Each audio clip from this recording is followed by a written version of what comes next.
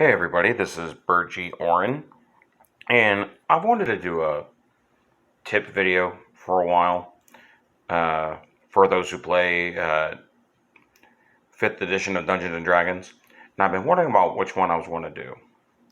So let's dive off the deep end and start with combat. Here are 6 tips on how to speed up combat, improve your combat, make things just a little bit better as a whole. None of these are in any particular order. We're just going to list them from one at a time and explain each one as we go. Number 1, prepare actions. Don't wait until it is your turn in combat to try and decide and figure out what you're going to be doing in your turn. That being said, that one exception to this is if you are the first person in the initiative order on the first round of combat. But with that, leading up to the combat, you should have a pretty good idea for what you're going to be doing. If you're later in the combat, let's say you have 4 people in your adventuring party plus the dungeon master. That gives you 4 other turns to go over your spells, your class abilities, and see what you're going to do for your action, bonus action, movement. That way you're not waiting until it's your turn to go, oh, what am I going to be doing this time around? Number 2, reduce distractions. We are in an age where everybody has a cell phone. It is easy for us to, check text messages, look up something online, find a funny video or a comic to read during combat when it's not our turn.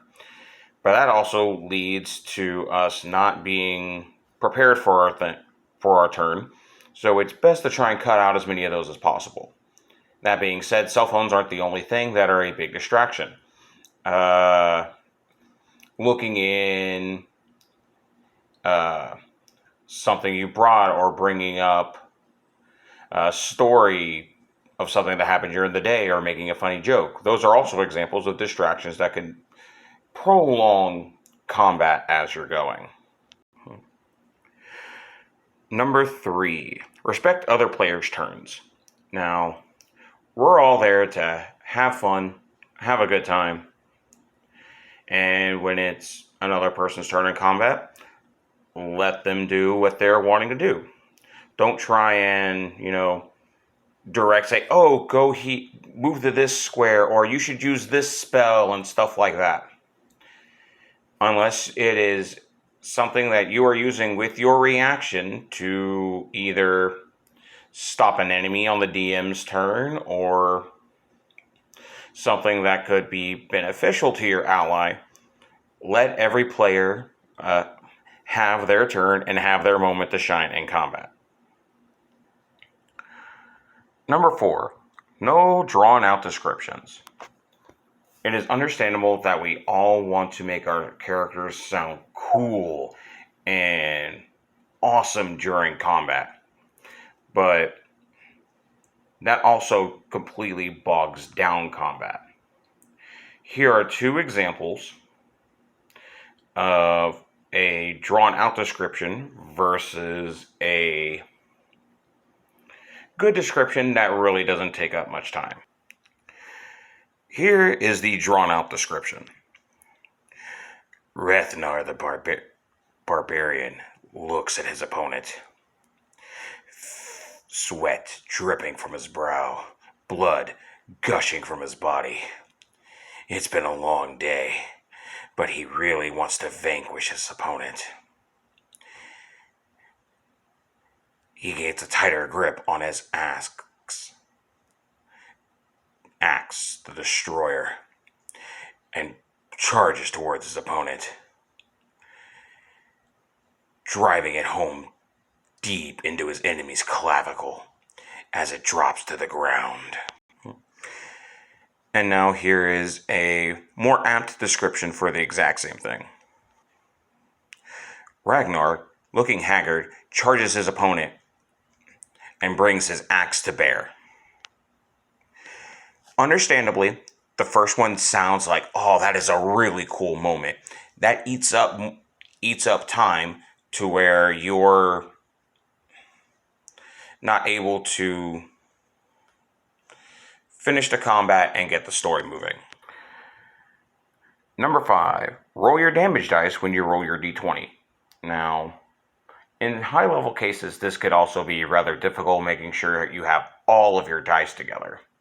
But at low levels, this can really speed up the process of where you're only doing one big roll instead of doing your attack roll, then gathering your damage dice and doing it all at once. I'll provide an example.